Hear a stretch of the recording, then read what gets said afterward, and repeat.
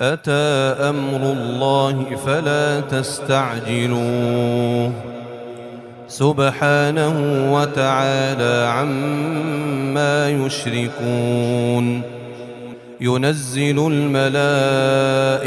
بالروح من أمره على من يشاء من عباده أن أنذروا أنه لا إله إلا أنا فاتقون. خلق السماوات والأرض بالحق تعالى عما يشركون. خلق الإنسان من نطفة فإذا هو خصيم مبين. والأنعام خلقها لكم فيها دفء ومنافع ومنها تأكلون. ولكم فيها جمال حين تريحون وحين تسرحون. وتحمل أثقالكم إلى بلد لم تكونوا بالغيه إلا بشق الأنفس إن ربكم لرؤوف رحيم. والخيل والبغال والحمير لتركبوها وزينة ويخلق ما لا تعلمون. وعلى الله قصد السبيل ومنها جائر ولو شاء لهداكم أجمعين. هو الذي أنزل من السماء ماء لكم منه شراب ومنه شجر فيه تسيمون. ينبت لكم به الزرع والزيتون والنخيل والأعناب ومن كل الثمرات إن في ذلك لآية لقوم يتفكرون. وسخر لكم الليل والنهار والشمس والقمر والنجوم مسخرات بأمره إن في ذلك لآيات لقوم يعقلون. وما ذرأ لكم في الأرض مختلفا ألوانه إن في ذلك لآية لقوم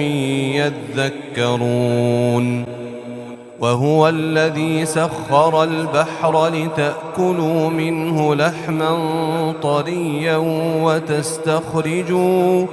وتستخرجوا منه حلية تلبسونها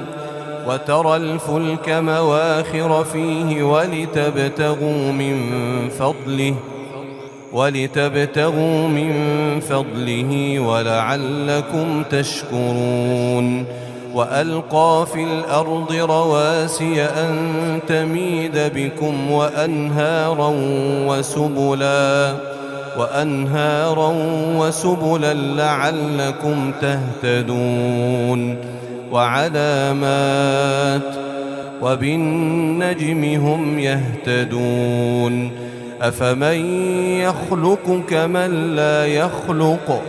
أفلا تذكرون. وإن تعدوا نعمة الله لا تحصوها إن الله لغفور رحيم. والله يعلم ما تسرون وما تعلنون. والذين يدعون من دون الله لا يخلقون شيئا وهم يخلقون أموات غير أحياء وما يشعرون أيان يبعثون. إلهكم إله واحد فالذين لا يؤمنون بالآخرة قلوبهم منكرة وهم مستكبرون. لا جرم أن الله يعلم ما يسرون وما يعلنون إنه لا يحب المستكبرين وإذا قيل لهم ماذا أنزل ربكم قالوا أساطير الأولين ليحملوا أوزارهم كاملة يوم القيامة ومن أوزار الذين يضلونهم بغير علم ألا ساء ما يزرون قد مكر الذين من قبلهم فأتى الله بنيانهم من القواعد فخر عليهم السقف من فوقهم وأتاهم العذاب من حيث لا يشعرون ثم يوم القيامة يخزيهم ويقول أين شركائي الذين كنتم تشاقون فيهم قال الذين أوتوا العلم إن الخزي اليوم والسوء على الكافرين الذين تتوفاهم الملائكة ظالمي أنفسهم فألقوا السلم ما كنا نعمل من سوء بلى إن الله عليم بما كنتم تعملون فادخلوا أبواب جهنم خالدين فيها فلبئس مثوى المتكبرين وقيل للذين اتقوا ماذا أنزل ربكم قالوا خيرا للذين أحسنوا في هذه الدنيا حسنة ولدار الآخرة خير ولنعم دار المتقين جنات عدن يدخلونها تجري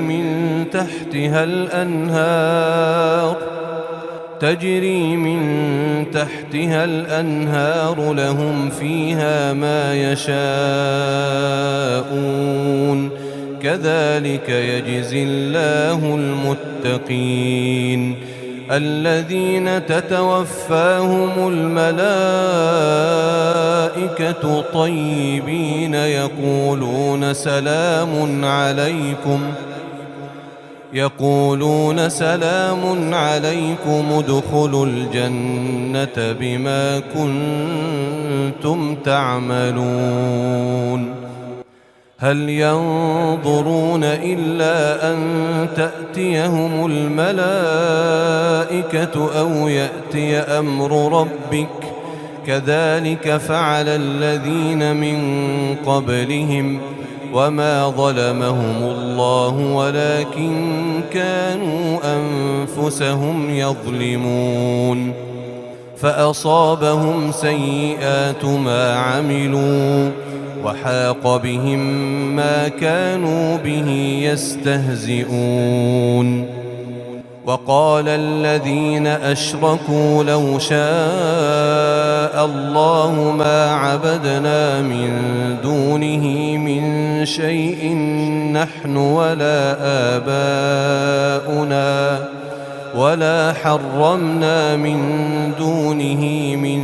شيء كذلك فعل الذين من قبلهم فهل على الرسل إلا البلاغ المبين ولقد بعثنا في كل أمة رسولا أن اعبدوا الله واجتنبوا الطاغوت فمنهم من هدى الله ومنهم من حقت عليه الضلالة فسيروا في الأرض فانظروا كيف كان عاقبة المكذبين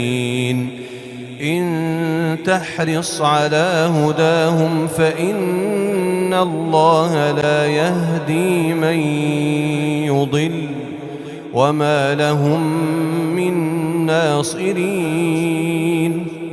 وأقسموا بالله جهد أيمانهم لا يبعث الله من يموت بلى وعدا عليه حقا ولكن أكثر الناس لا يعلمون ليبين لهم الذي يختلفون فيه وليعلم الذين كفروا أنهم كانوا كاذبين إنما قولنا لشيء إذا أردناه أن نقول له كن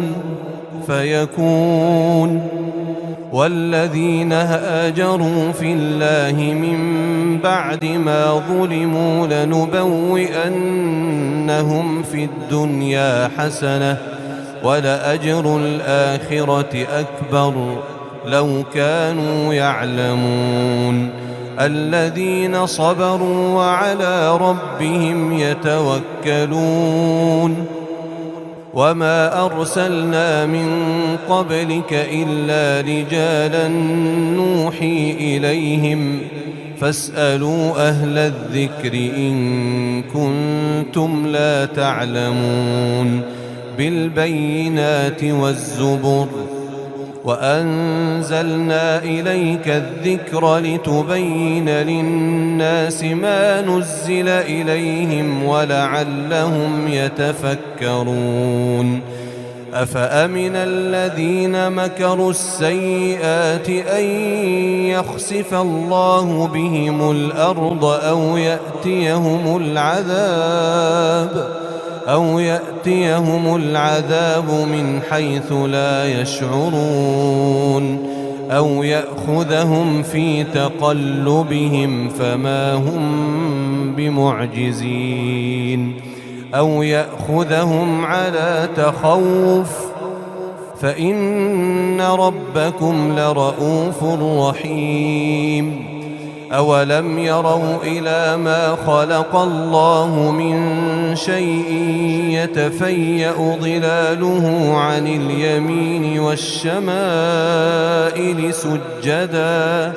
سجدا لله وهم داخرون ولله يسجد ما في السماوات وما في الأرض من دابة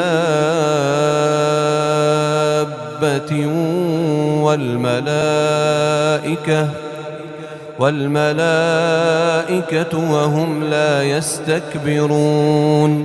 يخافون ربهم من فوقهم ويفعلون ما يؤمرون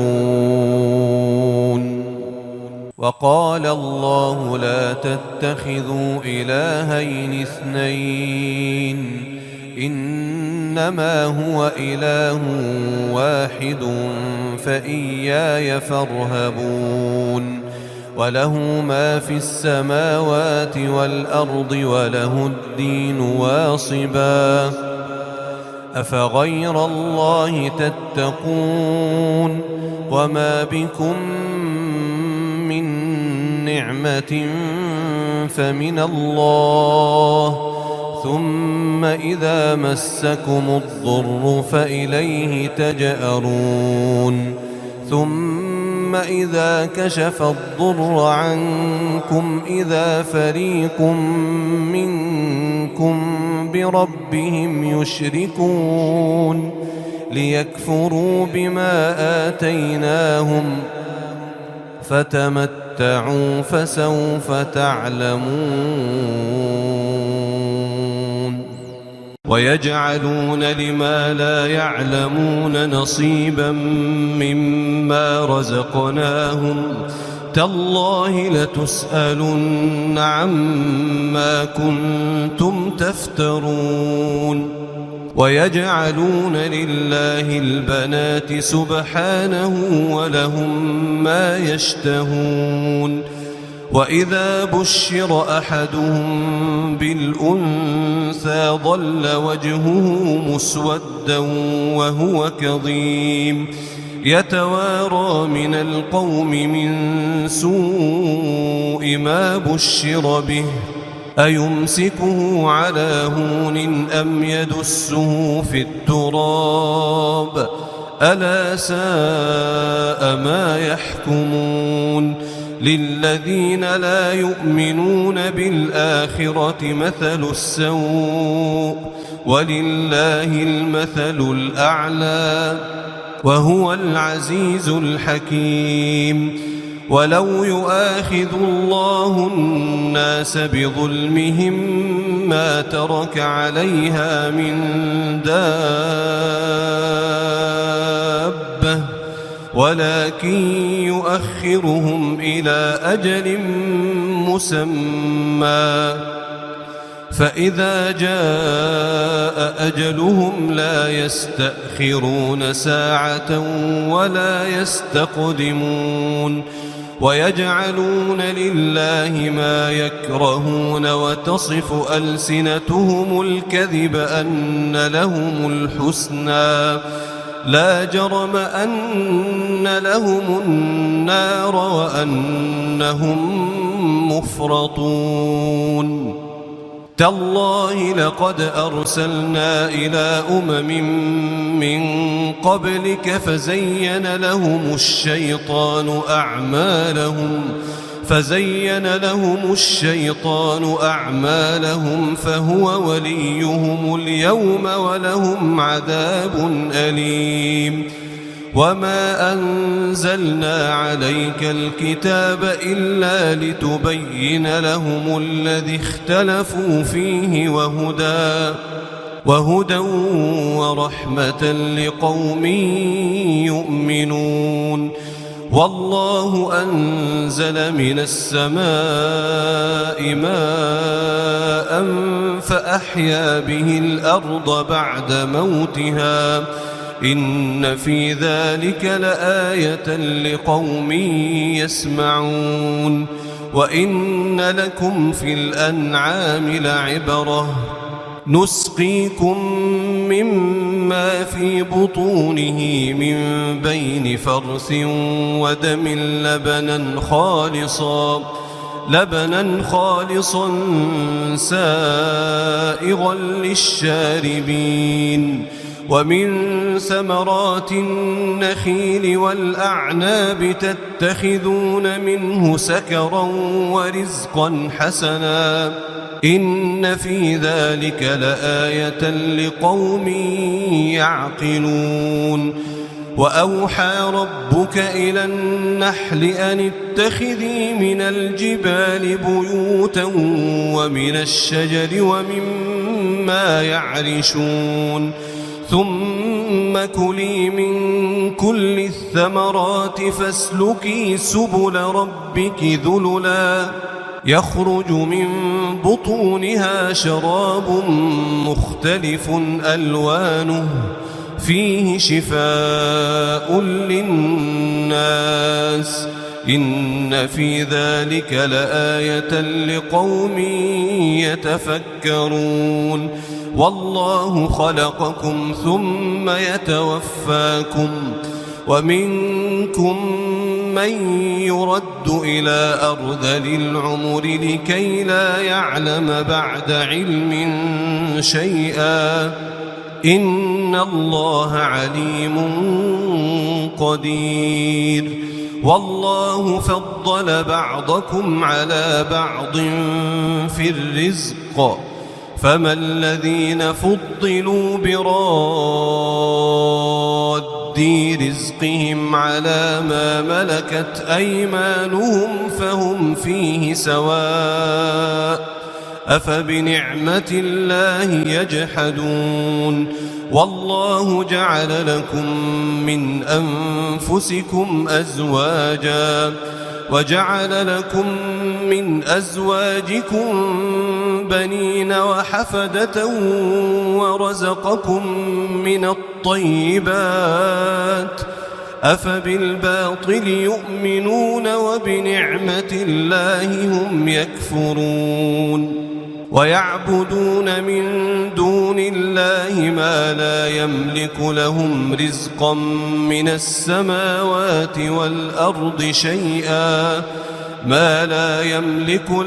رزقا من السماوات والأرض شيئا ولا يستطيعون فلا تضربوا لله الأمثال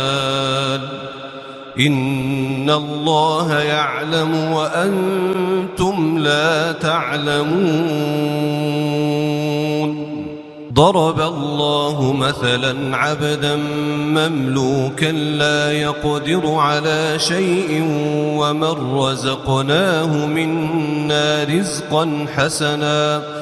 ومن رزقناه منا رزقا حسنا فهو ينفق منه سرا وجهرا هل يستوون الحمد لله بل أكثرهم لا يعلمون وضرب الله مثلا رجلين أحدهما أبكم لا يقدر على شيء وهو كل على مولاه أينما يوجهه لا يأت بخير هل يستوي هو ومن يأمر بالعدل وهو على صراط مستقيم ولله غيب السماوات والأرض وما أمر الساعة إلا كلمح البصر أو هو أقرب إن الله على كل شيء قدير والله أخرجكم من بطون أمهاتكم لا تعلمون شيئا وجعل لكم السمع والأبصار والأفئدة لعلكم تشكرون ألم يروا إلى الطير مسخرات في جو السماء ما يمسكهن إلا الله إن في ذلك لآيات لقوم يؤمنون والله جعل لكم من بيوتكم سكنا وجعل لكم من جلود الأنعام بيوتا تستخفونها يوم ضعنكم ويوم إقامتكم ومن أصوافها وأوبارها وأشعارها أثاثا ومتاعا إلى حين والله جعل لكم مما خلق ظلالا وجعل لكم من الجبال أكنانا وجعل لكم سرابيل تقيكم الحر وسرابيل تقيكم بأسكم كذلك يتم نعمته عليكم لعلكم تسلمون فإن تولوا فإنما عليك البلاغ المبين يعرفون نعمة الله ثم ينكرونها وأكثرهم الكافرون ويوم نبعث من كل أمة شهيدا ثم لا يؤذن للذين كفروا ولا هم يستعتبون وإذا رأى الذين ظلموا العذاب فلا يخفف عنهم ولا هم ينظرون وإذا رأى الذين أشركوا شركاءهم قالوا ربنا هؤلاء شركاؤنا الذين كنا ندعو من دونك فألقوا إليهم القول إنكم لكاذبون وألقوا إلى الله يومئذ السلم وضل عنهم ما كانوا يفترون الذين كفروا وصدوا عن سبيل الله زدناهم عذابا فوق العذاب بما كانوا يفسدون ويوم نبعث في كل أمة شهيدا عليهم من أنفسهم وجئنا بك شهيدا على هؤلاء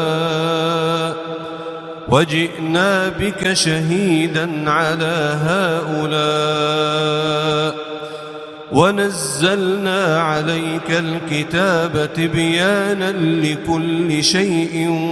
وهدى ورحمة وبشرى للمسلمين إن الله يأمر بالعدل والإحسان وإيتاء ذي القربى وينهى عن الفحشاء والمنكر والبغي يعظكم لعلكم تذكرون وأوفوا بعهد الله إذا عاهدتم ولا تنقضوا الأيمان بعد توكيدها وقد جعلتم الله عليكم كفيلا إن الله يعلم ما تفعلون ولا تكونوا كالتي نقضت غزلها من بعد قوة أنكاثا تتخذون أيمانكم دخلا بينكم أن تكون أمة هي أربى من أمة إنما يبلوكم الله به وليبينن لكم يوم القيامة ما كنتم فيه تختلفون ولو شاء الله لجعلكم أمة واحدة ولكن يضل من يشاء ويهدي من يشاء ولتسألن عما كنتم تعملون ولا تتخذوا أيمانكم دخلا بينكم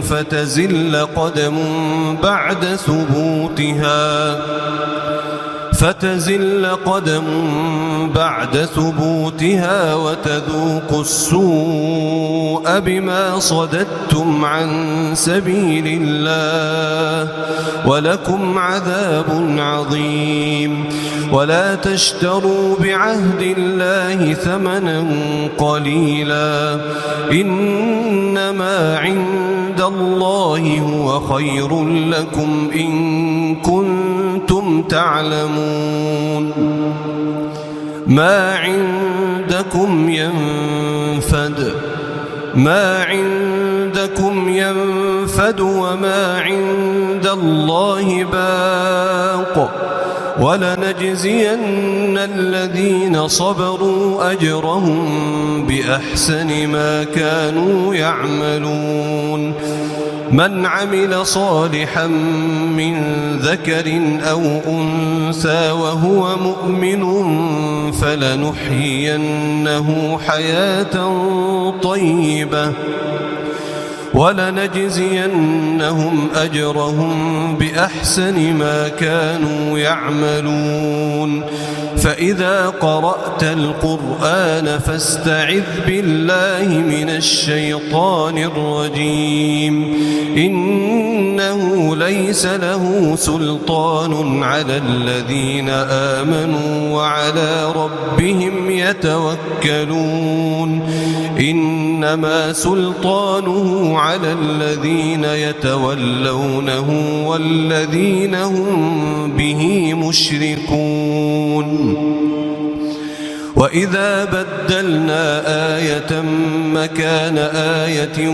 والله أعلم بما ينزل قالوا إنما أنت مفتر بل أكثرهم لا يعلمون قل نزله روح القدس من ربك بالحق ليثبت الذين آمنوا وهدى وبشرى للمسلمين ولقد نعلم أنهم يقولون إنما يعلمه بشر لسان الذي يلحدون إليه أعجمي وهذا لسان عربي مبين إن الذين لا يؤمنون بآيات الله لا يهديهم الله ولهم عذاب أليم إنما يفتري الكذب الذين لا يؤمنون بآيات الله وأولئك هم الكاذبون من كفر بالله من بعد إيمانه إلا من أكره وقلبه مطمئن بالإيمان ولكن من شرح بالكفر صدرا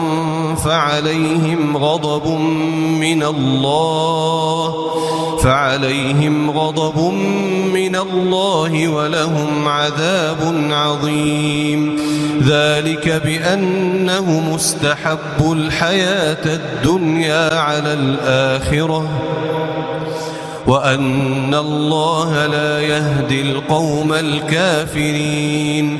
أولئك الذين طبع الله على قلوبهم وسمعهم وأبصارهم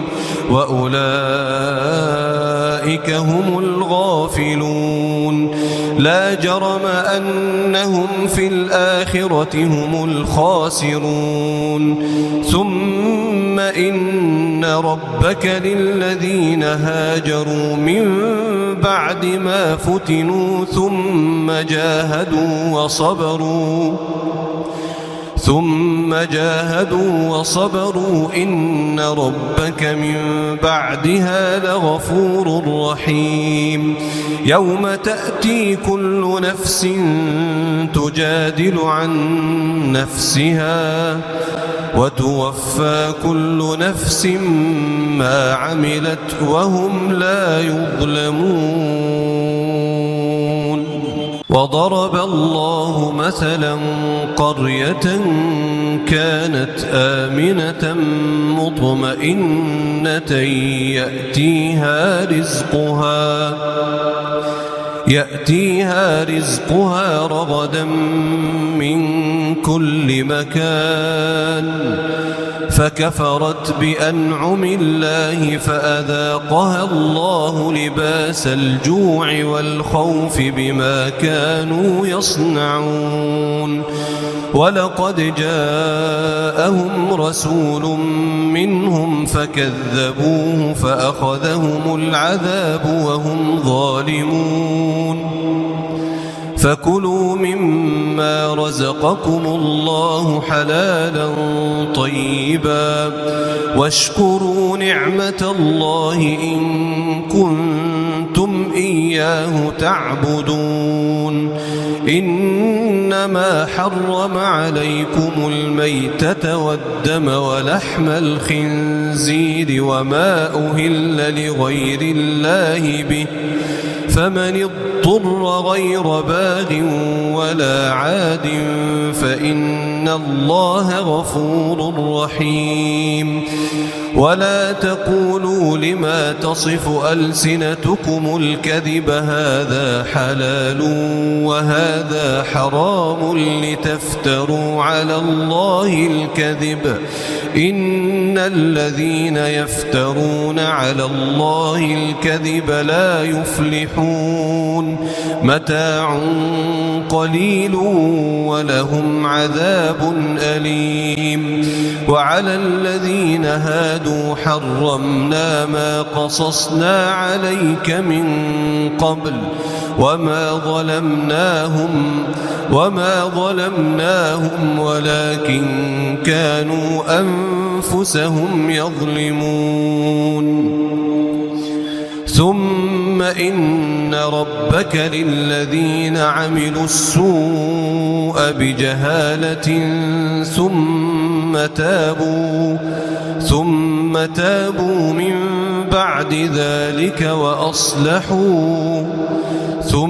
تابوا من بعد ذلك وأصلحوا إن ربك من بعدها لغفور رحيم إن إبراهيم كان أمة قانتا لله حنيفا ولم يك من المشركين شاكرا لأنعمه اجتباه وهداه إلى صراط مستقيم وآتيناه في الدنيا حسنة وإنه في الآخرة لمن الصالحين ثم أوحينا إليك أن اتبع ملة إبراهيم حنيفا وما كان من المشركين إنما جعل السبت على الذين اختلفوا فيه وإن ربك ليحكم بينهم يوم القيامة فيما كانوا فيه يختلفون ادع إلى سبيل ربك بالحكمة والموعظة الحسنة وجادلهم بالتي هي أحسن إن ربك هو أعلم بمن ضل عن سبيله وهو أعلم بالمهتدين وإن عاقبتم فعاقبوا بمثل ما عوقبتم به ولئن صبرتم لهو خير للصابرين واصبر وما صبرك إلا بالله ولا تحزن عليهم ولا تك في ضيق مما يمكرون إن الله مع الذين اتقوا والذين هم محسنون